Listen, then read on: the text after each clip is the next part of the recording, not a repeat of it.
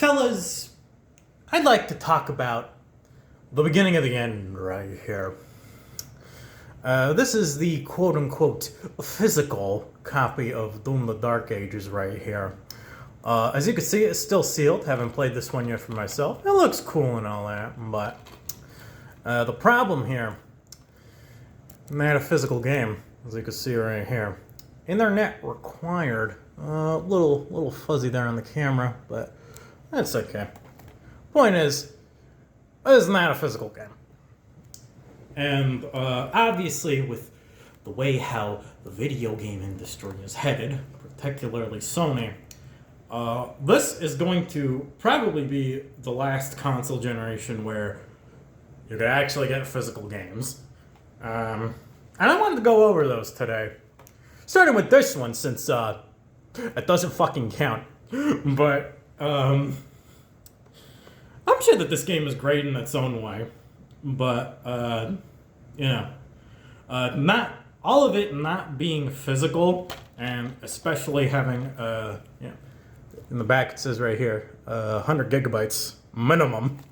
So this is a thick boy right here, and it's ironic because PlayStation 5 discs can actually hold 100 gigabytes. So I will move on from talking about this into talking about actual games that release physically on the PlayStation 5 to prove I'm the anti-bitch, like Hello Kitty Island Adventure. Say whatever you want about this game, but looking around in the back right here, and not only is there no, like, I do need a PlayStation Plus subscription to play with friends, makes sense, but here, 2 gigs, so it's really nice that the people over at Sanrio managed to fit the whole game on the disc here. Good job on that one. You actually squeaked the $20 out of me. I'll play this eventually. I actually heard really good things about this one. But for now, I'm going to actually start talking about games I played a little bit. Such as Nickelodeon All-Star Brawl 2. I haven't played that much of this game. I do have 2 PS5 controllers, so I have played a little bit of multiplayer on this one, and it's alright. I do think the roster is fairly weird, though, at least in the base game. Like, it's just funny having Michelangelo, or is that Michelangelo? No, that's Raphael. It's funny to have Raphael and Donatello here, but not Leonardo and Michelangelo. But it kind of makes sense. But you see some of the other characters in here, like, you're really going to have Gerald from Hey Arnold, but not Arnold himself. And then you also have the grandma from Hey Arnold, and it's like, what is going on with this roster right here? like, and some of this is cool too. You know what I mean? Like having El Tigre in there, like, all right, oh, yeah, that is very neat. But there are some people who still play this game competitively to this day, so this game definitely did what it needed to do. But it's probably the best Nickelodeon game they've released. I've seen a few on the shelf, whether it be Nicktoons Dice of Destiny or what was the Nick Tennis game. I'm not sure if anybody's actually played that, but I see it on the shelf sometimes. That game does not look very good, but I can tell you this game is pretty good. Decent fighting game if you're looking for that. Don't have too much more to say about it here. Much like how I don't have too much to say about Until Dawn. There's probably a lot of things you can't say about this game. It is the first PlayStation Studios game we're talking about here. But I just did not play much of this. Like, I played a little bit in the beginning. I know it's possible that everybody can survive, but in the beginning, the 2 people already died, and I felt kind of bad about it. And then I played a little bit more after that, but I got distracted by other things. This game is pretty cool. I picked this up this year. And I'm definitely interested in playing this more, but it's a video game. It's just whatever. I'm sure I'll have more to say about it sooner rather than later. One thing I do not think I'll have more to say about, even if I do finish it, Sackboy: A Big Adventure. I'm not sure if this should count as PlayStation Studios. This is a PlayStation IP, but it's made by Sumo Digital, as you can see right here. But, this game's okay. I'll probably sit down and finish it properly at some point. They made a decent amount of DLC for this game, too. I know, there's a few funny costumes in here. But that's DLC, not on the disc, so... Ooh.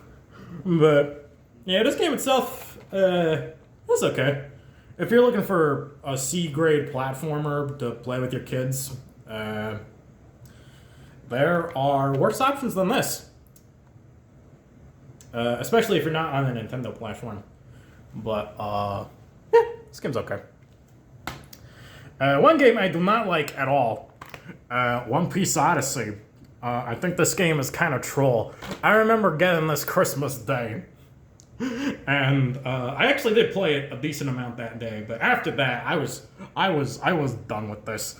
Like, I remember I was pretty deep into Alabasta when I just completely gave up. Like, it's a very standard RPG, and not only that, I think the story is okay with some of the things they were trying to do here, but like, the main problem is that the game itself is just not very fun and interesting, which is a shame, because a One Piece RPG sounds like it should be a slam dunk, but yeah, I still have to wait on a good One Piece game. Maybe I'll finish this at some point, you know, maybe to truly talk shit about it, but right now, I do not think this game is it. Another game I only have slightly more positive feelings for is Life is Strange True Colors right here. I remember playing the first... Like, I do think it's cool that this was the first Life is Strange game where you did not have to wait for the entire game to come out. All the chapters were already there when the game came out, and because of that, all of it is on the disc. Oh, nice. But, like, I remember playing the first chapter of this game, and I remember thinking that this was very, very cringe. That is not something unpopular to say about Life is Strange in general, but, you know, I actually played, you know, the first game before the Storm and Life is Strange 2. I think Life is Strange 2 is the best one, actually. So, I played a little bit of Double Exposure. I thought that game was okay from what I played, but I got a little distracted, and I rented that from the library, so it's not mine. But, yeah, this game, I'll give it another chance, but I don't know about this one, buddy. This is a little troll right here. I can see why they went back to the previous sapphic lesbian rather than this new lesbian. And on the topic of lesbians, we got 3 on the cover right here. Final Fantasy VII Rebirth is very interesting. This is another one I barely played, but I did play through all of Part 1. And I did play through the first chapter of this game. It's supposed to be more linear, like Part 1, as opposed to this where after the beginning, you know, it's an open world game, and you know, you can do all sorts of stuff here. And unlike every other PS5 game I'm going to talk about, this is the only one with 2 discs. It's very interesting because, especially at the time this came out, like, you could even see Square Enix does not care very much about physical media, considering literally every Nintendo Switch 2 game has been a game key card so far, including this one, but this one at least makes a little more sense because it's over 100 gigs, but, like, you can even see it at the back of the box right here. 160 gigabytes minimum, so, yeah. Defy Destiny together? I will eventually, Cloud. I'll try to make sure that, things end up alright for you and your Chicos. Maybe this guy, too. I don't know much about this guy. Not this guy, though. This guy kind of sucks. But, don't worry, Cloud. Yeah. I'll make sure to do right by you sooner rather than later. Then we have Super Monkey Ball Banana Mania. As you could tell, this box is a little thicker because it comes with an art book. Ooh.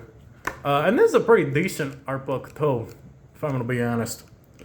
Not an amazing, but not terrible either.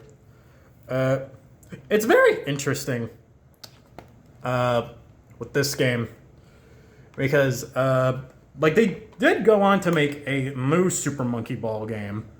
One that I actually do own physically, that got delisted. I forgot the name of it. I think it was Banana Rumble or some shit like that. But I own that on the Switch, not the PS5. I got the PS5 version because I figured it'll probably be that much better compared to the Switch version. It might be, but like, it genuinely does not feel like a PS5 game. It genuinely feels like just a normal video game. And that's the annoying thing about these Sega games, too, where since they include the little trinkets, you actually have to make sure to put it all back together, nice and snug. But I played a good amount of this game. Like, if you find this on the cheap, like, I'd recommend it. It's a fun time. I actually know that my brother and my nephew actually did play a little bit of the multiplayer games in this one, which I haven't even done yet. So, and they said they had fun with it. I know that the minigames in this version of the game are supposed to be worse, but for whatever it's worth, I think they're pretty okay here. And a pretty alright package. I'm really glad that this game did well enough to have other Monkey Ball games. Unfortunately, the next game I'm going to talk about did not do well enough to have its company survive in general. That being Prince of Persia, The Lost Crown. This is another one I haven't beaten, but honestly, I kind of regret the fact that I haven't. This game is really, really good. This is the only Prince of Persia game I've played. I know that they're not, most of them are not, none of them are Metroidvanias, except this one. But, alright. Even with that knowledge in mind, I would not mind trying some of the other Prince of Persias. This game is fantastic. And even though I haven't beaten it yet, I played enough to where I could confidently say that. Like, this is a very good game right here. It's kind of funny. I was not planning on buying this at all. I remember my brother really wanted this game because he liked some of the other Prince of Persias. But he watched the Digital Foundry video, and they talked about how the Xbox version was slightly better than the PS5 version. But when we went to the store, and he asked about this game, the lady gave him the PlayStation 5 version. And then, he didn't want to be mean, so he just took it. But then he gave it to me, and he was like, yeah, I want the Xbox version. So, hey, I ended up with a fantastic game right here. And I have to thank for that. Like, this, I do want to beat this. Definitely one of Ubisoft's best games. Although, it's not one of their magnum opuses. I think a magnum opus for a particular company would have to be Elden Ring. It's funny, I played this game less than Prince of Persia, but like, not to say I do not understand the hype behind this. Like of course I do. It's fucking Elden Ring. Are you kidding me? But as somebody who's beaten a good amount of Souls games, like I'm looking at the pile right now. There's actually one we're going to be talking about at the very end that I actually did finish, but I did not finish this one. And it's not even because of the size or anything like that. Well, part of it was the size. Even though a lot of From Software games are difficult, as somebody who's beaten Bloodborne, I'm very familiar with that. But one thing I was not very familiar with this game, as opposed to the other Souls-likes, is the fact that it's open world. And I feel like it kind of made it so that, like, oh, you know, in the other Souls games, like, even if a boss was tough, you kind of know that that's the next boss. So you just sort of throw your head at it until you get it. Or, you know, you figure out some other plan to try to take care of the boss. And then, you know, once you beat him, you know, you go along your merry way. But here, you have so many different options and things you could do to level up that it was genuinely overwhelming for me. But, like, you know, I don't want to suggest that this game is bad or even worse than some of their other titles. Like, you know, they had a vision for this game. This game needed to be open world, and I think they did a pretty good job from what I played. And yeah, I definitely want to play more. But yeah, it's a big game, and it's a very intimidating game. But I know for a fact that once I finish it, I'll be like, man, this is a fucking masterpiece. All right, from here on, I'm going to start talking about games I actually finished. But just because I actually finished it, that does not mean it is as good or better than some of the games I've already talked about. And I know this because the first game I'm going to talk about here is Sonic Superstars. This game's okay. Like, it is very fun to see Fang the Sniper and this funny little gal right here. It's also interesting that they consider classic Sonic to be its own thing, completely separate from the new stuff. Some new stuff that I'll talk about very shortly, but.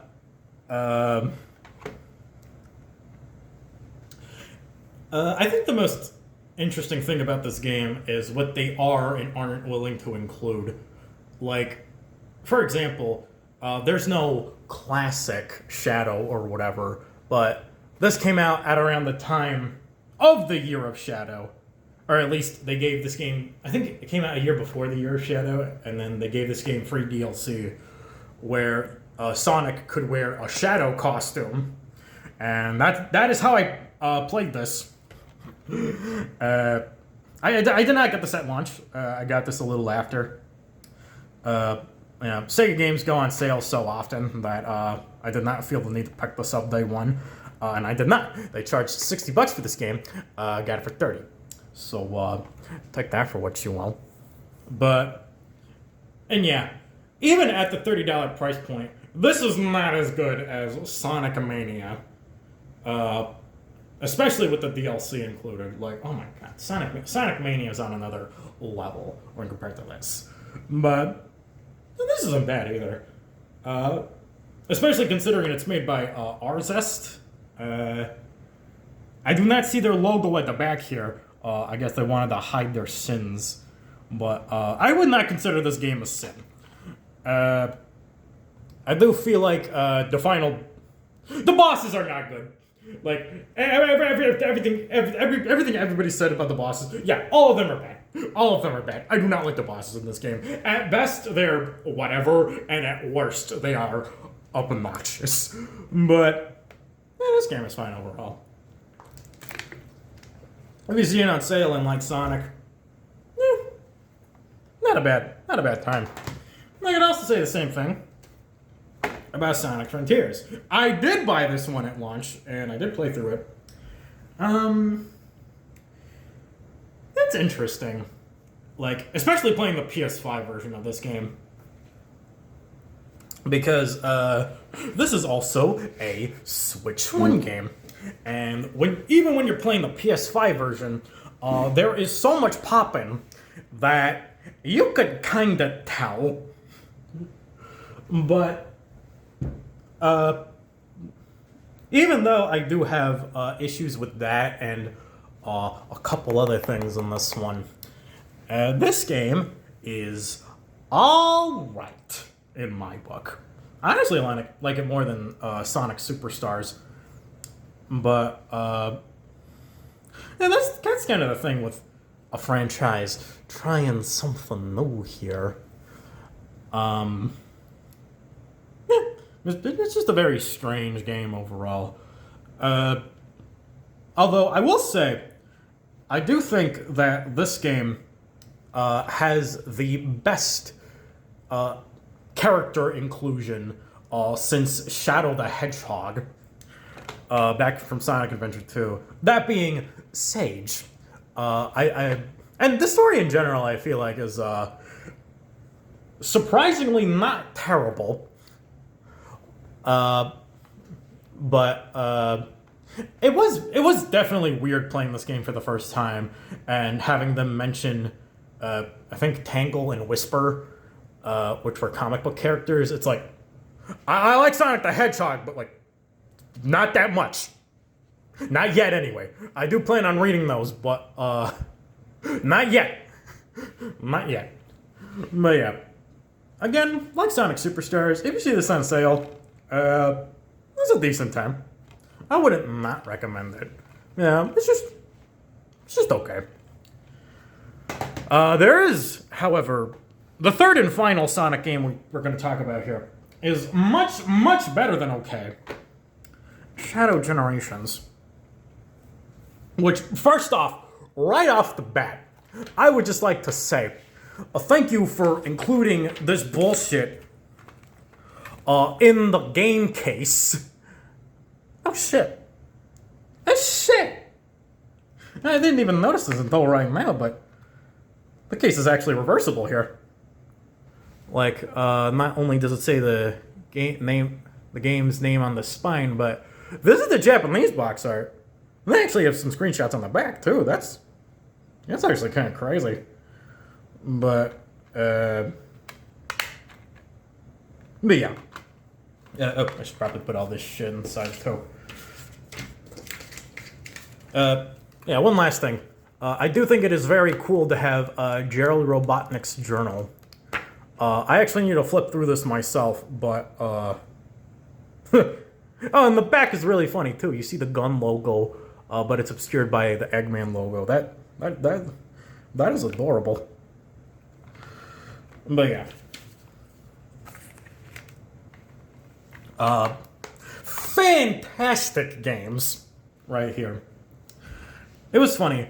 I was kind of down on the dumps when it came to Sonic and around this time. Like, I knew that, Shadow Generations was an original campaign, but genuinely, I did not feel very confident about this. Even though I did like Sonic Frontiers and Sonic Superstars. It just kind of felt like, to me, Sonic Team and Sega were perfectly fine where they were at. You know what I mean? And especially after Frontiers, I had a feeling that they would be, oh yeah, every Sonic game, yeah, it's going to be this open world thing. And, I was okay with that. I liked Frontiers, like I said. But this is something else right here. I actually bought this because, Gerald Robotnik's journal. Ooh. But also just because I just wanted Sonic Generations again. On a better system that could load it way faster. And, yeah, it definitely was that. But I actually remember playing through it, and I remember it not being as good as I remembered it as a kid. But, Sonic Generations is still very fun. But, paying $50, like, yeah, I fucked around with Sonic, but it's like, okay, now it's time to go to Shadow right here. Shadow Generations is the game I have been waiting for since I played Sonic Generations as a kid. Like, this shit is fucking awesome. Like, it wasn't the best game released that year, 2024, but like, this was definitely up there. This Shadow Generations was very, very special. Not only in terms of the actual game, but also the story was very nice too. If you haven't played this yet, I don't, and like Sonic, I don't even want to give any spoilers, but like, it is, it is just absolutely delightful. I am very happy to have this physically. Like, you know, there is a Switch 1 version that is physical, but it's on the Switch 1, and the Switch 2 version is a game key card. So this, in my opinion, is probably the definitive version. I think they even, the PS5 version in particular, also includes a few trailers. I do not. Yeah. This is probably the definitive version of the game. I'm not gonna lie. I obviously the PC version you could download mods and whatever, but like, you know, for a console gamer, this is it. All right. And we may be done talking about Sonic, but that doesn't mean we're done talking about some furry shit. Ratchet and Clank, as you can see, I did reverse the box art on this one. I really like this box art, even though it doesn't look like a PS5 game, but I don't care. It is. I do remember playing Insomniac's Spider-Man, and you know, we'll talk about another Spider-Man game very, very shortly. But I definitely remember after playing that and seeing how well it sold, I was kind of sitting there thinking to myself, "Oh, okay, they are just gonna keep working on Marvel games forever, all right." And not only were they going to keep working on Marvel games forever, they're going to keep working on open world Marvel games forever. But thankfully, somehow, someway, they managed to squeak this in between Miles Morales and Spider-Man 2. And they were also developing Wolverine at the time, I think. I think that was also announced. So, you know, Insomniac putting in the work for PlayStation for sure. And this game was pretty good. Yeah, like the only Ratchet and Clank games I've played are the reboot on the PS4 and this one. And I know that a lot of people have a lot of love for the really old Ratchet and Clanks, and I can kind of see why. They definitely have a little more attitude, but yeah, this is still an Insomniac joint right here. Whether or not you think this game is good or disappointing when compared to the other games in the franchise, like, it's hard to deny that, you know, there was a lot of love put into this one, and this could have been a lot worse. Which is very similar to my feelings on Spider-Man 2.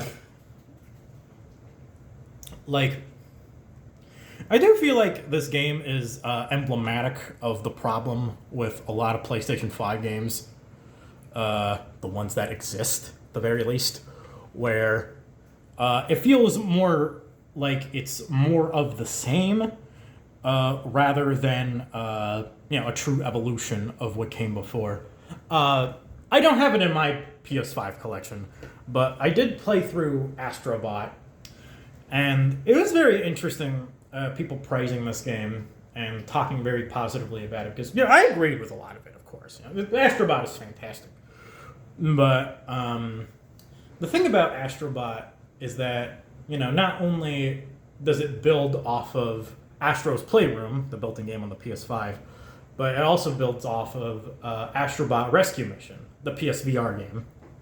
Now, naturally, you know, a lot of people did not play Rescue Mission because you made it a PlayStation VR, but yeah, but like, it was very similar to Astrobot. Like, obviously it was different because it was VR, but yeah, I'm getting way off topic here. But the point is that Astrobot felt like a very, you know, a smart sequel. You know what I mean? Like, not to say it wasn't brilliant in its own way, but it definitely felt like it was building off of what came before, which is the same thing I could say about this. There are a decent amount of mechanical changes here when compared to the first game and Miles Morales. And if you think that this game is worse than either of those, then I kind of get it. But, like, you know, not only do they introduce enough cool stuff in this game to make it stand out on its own, but also it's an Insomniac joint. You know, it's a great game, no matter what. But yeah, I'm looking at the box for the next game, and I actually feel a little bamboozled here. I didn't realize that this one also required internet and was not full on disk. Although it does make sense, kind of looking at the back of the box, seeing that it's 155 gigabytes. That game being Star Wars Jedi Survivor. Like I said, I don't know how much data is on this disk, but yeah, in the back it says 155 gigabytes minimum. So, yeah, this is a big game. And it kind of makes sense. This was the first and so far only time I played a game on the PlayStation 5 where it genuinely felt like a next generation video game. And like that sounds really silly, especially when a month later, when this game released, they announced that they would make PS4 and Xbox One versions of this game, and well, they did. They committed to that promise. It leaves this game in a very awkward spot. Especially these days. You can tell that this was a very expensive looking game. But unlike a lot of games that are on the shelf where it's like, oh yeah, this is like 60, you know, maybe if it's on sale, maybe, well, like, it's not even a sale, like a small sale where it's like $50. Whoa. You can find this game for like 20. Which makes sense. I mean, not a real physical game. But, yeah, I really loved this game. Like Respawn Entertainment, those fellas know what they're doing. I think they're planning on making a third one, and honestly, I'll probably be there day one, even if it's not on a physical disc. I'll just get it on PC. But yeah, fantastic game. Really like this one. Okay, now we're getting into the big three PlayStation 5 games right here. Now I save it for the end. To start off with, Returnal. It's interesting. Like, this is probably the only time, I think there was like some other sports game some racing sports game, like Destruction All-Stars or something like that. I think that also got a physical copy, but that did not get very good reviews, so I did not bother with that game. But this game, along with Destruction All-Stars or whatever it's called, was the only time when Sony actually wanted to make something original for the PlayStation 5. And I'm not gonna lie to you, I'm still quite smitten with this game even now. I don't even particularly like roguelikes very much, but the gunplay in this game feels very satisfying. I think the enemies are really cool. The biomes you visit, even if they're randomly generated, look gorgeous. Yeah, I don't know. Like, I thought I would have more to say here, but this is another one on PC. Like, if your PC is good enough, like, this game's not too bad here. But yeah. Coming down to the wire here, we also got Hi-Fi Rush. Ooh. It is interesting because it's interesting. Like, the physical version of Hi-Fi Rush was announced before Microsoft decided to close down the studio, but pre-orders went up after that happened. So because of that, we get the Krafton logo right here instead of either Bethesda or Microsoft, which, thank God. like I cannot believe Microsoft had like this incredible game that could have been exclusive to Xbox and PC, right?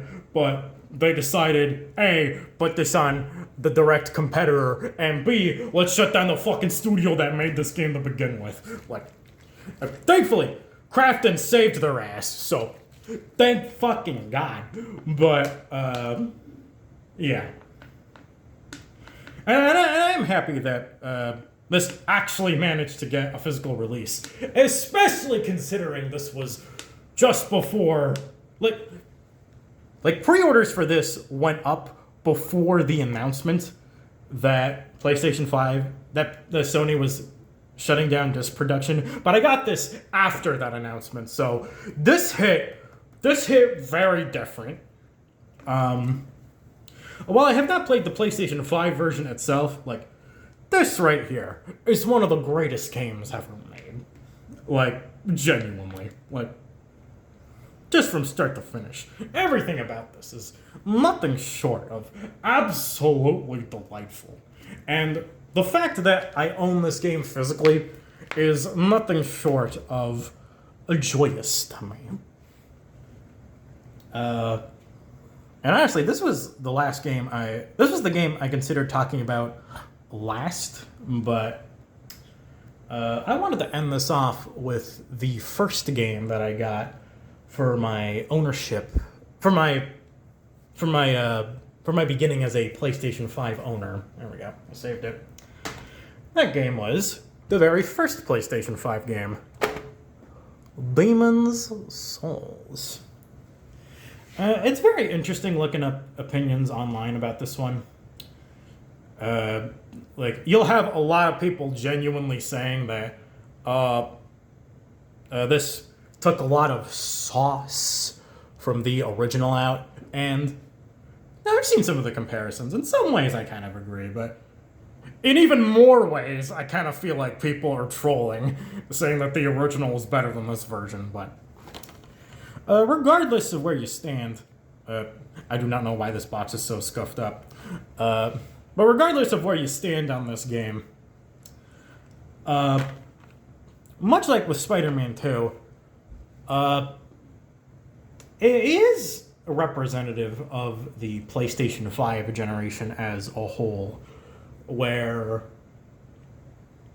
it's a lot of the same stuff they've already been doing for years and years and years.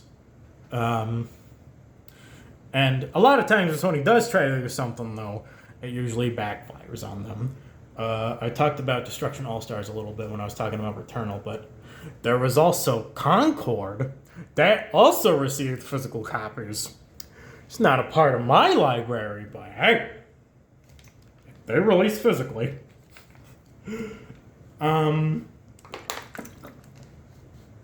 But more on this game. I did finish this one, like I said.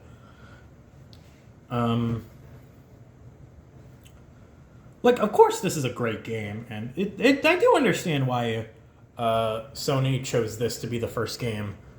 You know, not only is it a classic revitalized for the modern day, but also the game is pretty tough, so it's gonna take you a while to finish. So you'll have plenty of time to get familiar with your new console with this one. But I think what makes this particular release so sad is that this is the last game that Blue Point made. I think they were working on a God of War live service game, which is conceptually very stupid. But ignoring that, like, why are you having the guys who made Demon's Souls and Shadow of the Colossus remake work on a live service game. What the hell's your problem? But it's definitely interesting thinking about this game now, as opposed to when I was playing it at the time. I got very, very lucky with my PlayStation 5. That was a gift that I not only got for Christmas, but got for Christmas in 2020. If you knew how hard it was to get a PS5 at that point, you would understand how fucking crazy that is. And my brother moved out, so I did not have a PS4 at the time. So genuinely, the PS5, the physical version especially, it made a lot of sense. But I do remember playing this game and some of my other games at the time. And I remember thinking to myself, this is fun and everything, but I do feel kind of bad because maybe I should have waited for there to be more exclusives and for the price to go down. But one, the price did not go down. It only went up.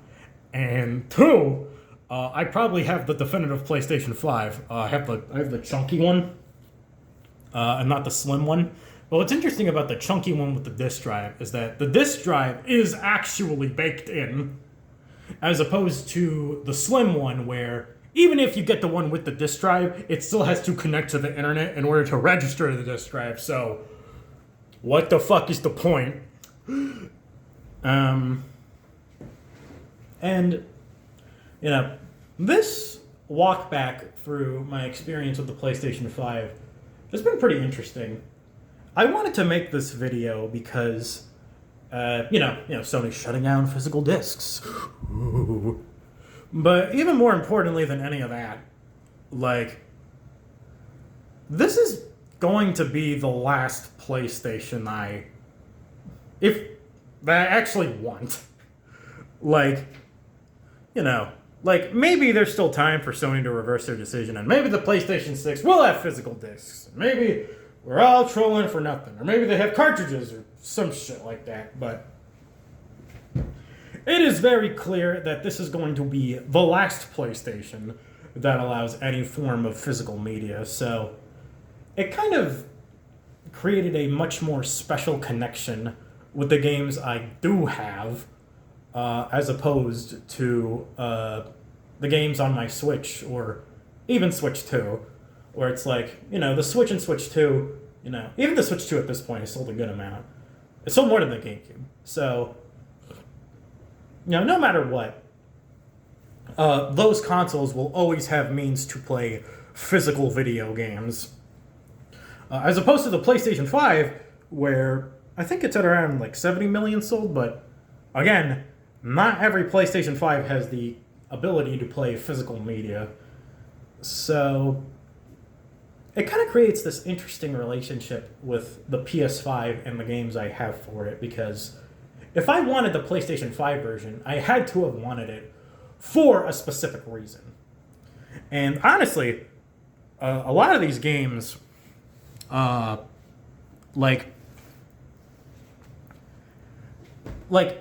of these games I bought because, oh no, physical discs are going out of stock. I gotta get Hello Kitty Island Adventure. You know what I mean? But even before that point, I did still like and care about games on physical media. I feel like the biggest one is probably the biggest game I have right here, Final Fantasy VII Rebirth. Like I said, go discs. Wowee. And it just goes to show that, if these companies really wanted to, they could release their games on physical media and have them be theoretically preserved forever. But obviously, they do not want that. They want to control everything about your purchases, and they want you to say nothing about it. Well, I'll give them nothing to say about it because I'm not going to buy any digital games anymore. I'll still buy physical PlayStation 5 games because this is the last chance I have to do so. But digital games, forget it, Sony. Man. The only thing genuinely sad about the whole no more discs thing is the fact that I'm not going to play Team Asobi's next game. I already talked about Astrobot. I will pick that up for the collection soon enough. But, yeah. I just kind of feel like PlayStation is just trolling. And I do not think that they can recover. I feel like when the PlayStation 6 comes out, I think that's it for the brand. Like, I don't think they're going to release another PlayStation. There's no reason for them to. Like, ugh. I have so many thoughts on this, but no matter what happens, whether Sony walks back on their decision or they're committed to the course, I at least have a lot of PlayStation 5 games to play, both right now and even a little bit in the future. Happy to make Sony mad by owning these, though.